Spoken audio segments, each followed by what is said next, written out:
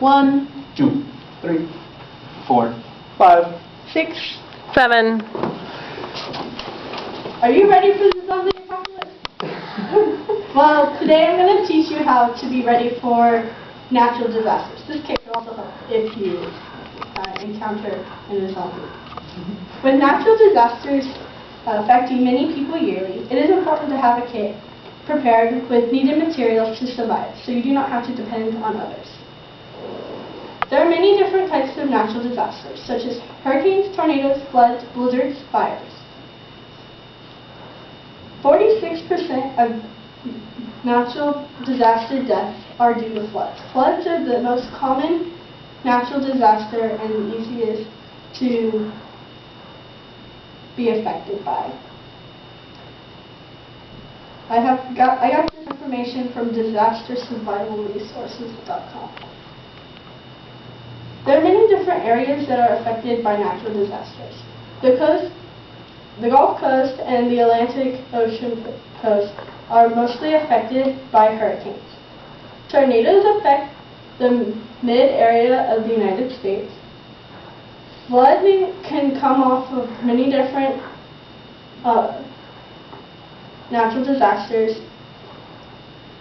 Blizzards are an effect of a lot of snow, usually in the north. Here in Texas, we don't have a lot of snow, so we don't really have to worry about them. And fires affect areas in dry areas with a lot of heat that don't get a lot of rain. 258 million people are affected yearly by natural disasters. So today I'm going to tell you what to put in a natural disaster preparedness kit. I got the information off of ready.gov. This website is a website by FEMA, our government natural disaster help aid. So there's many things that you need in your kit. Start off with getting your important papers. So in here I have my birth certificate, my passport, and my social security card. You can also put wills and other important papers on here. You also will need cash. I would say to bring cash in small bills, for the electricity will be down, so cash registers won't work. They won't be able to break your change for you. Also, pack medicine. I like the weekly kits that you can put a whole week's worth of medicine in. You'll need to remember to pack your prescription medicine and your over-the-counter medicine. You also need water. The suggested amount of water is 1 gallon per day per person.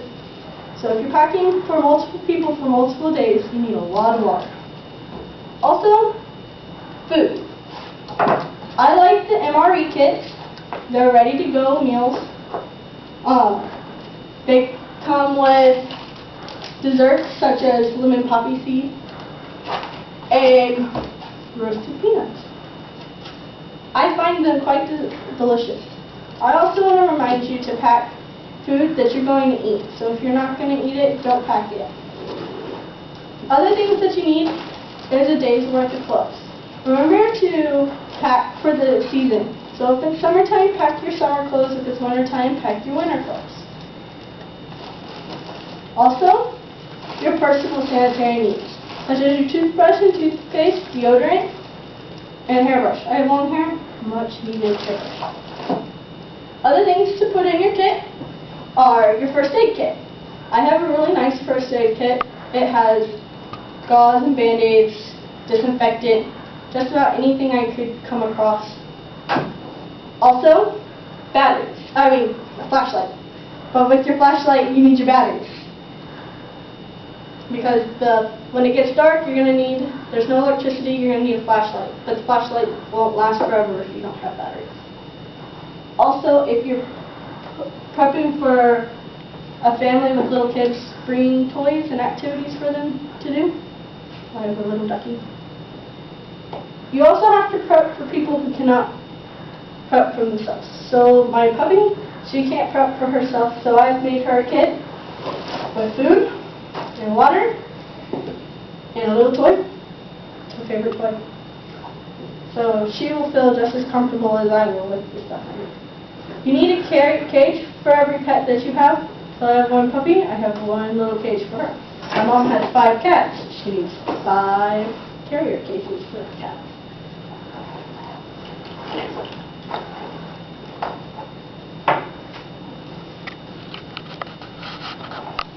The things to remember about your kit.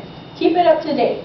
So change out the medicine. When you get new medicine, put new medicine in it.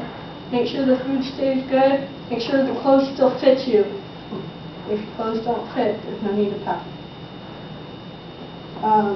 Remember, I like to keep my kit in my car. It's a nice, dry, dark spot, so the things in my kit won't go bad.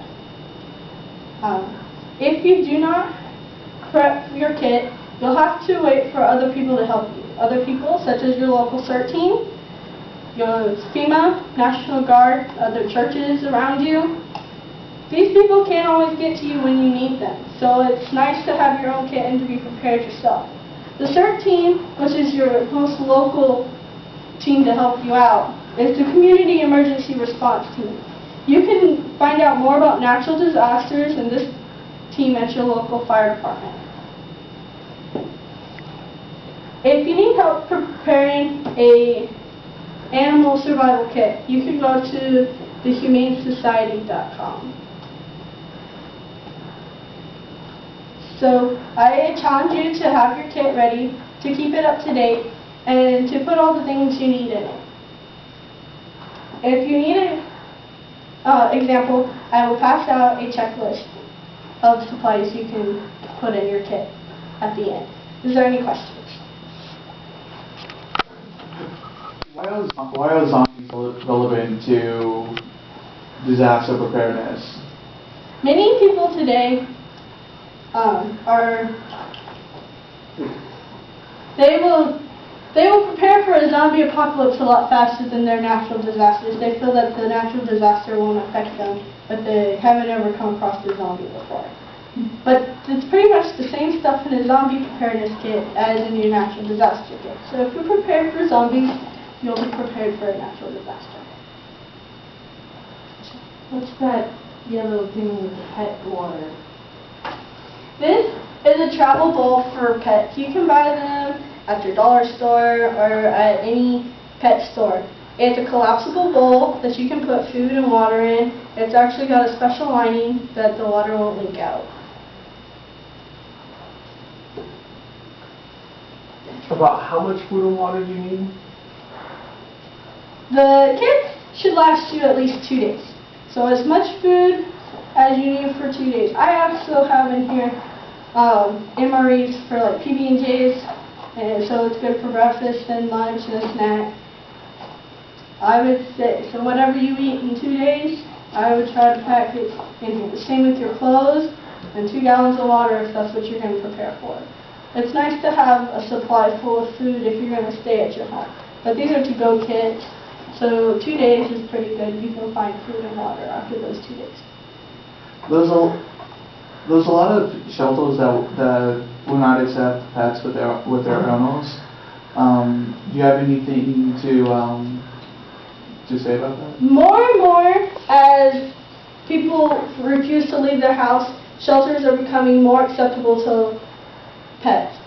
The thing with your pets, make sure that you have their information and important records with yours. If they don't have their shots up to date, they can refuse you. They also can refuse you if you don't have a carrier for all your pets. The carrier needs to be where they can move around in the carrier. Those are usually, but like I said, more and more shelters are accepting the pets because more people are dying because they won't leave their pets. I hope that you'll prepare a kit for everybody in your family. If you have babies, make a baby kit. If you have little kids, prepare them a kit. If you have dogs and cats or horses, prepare them a kit. It's important that everybody has a kit. And I thank you so much for listening to my speech, and I hope that you'll go home and have a kit ready. Thank you.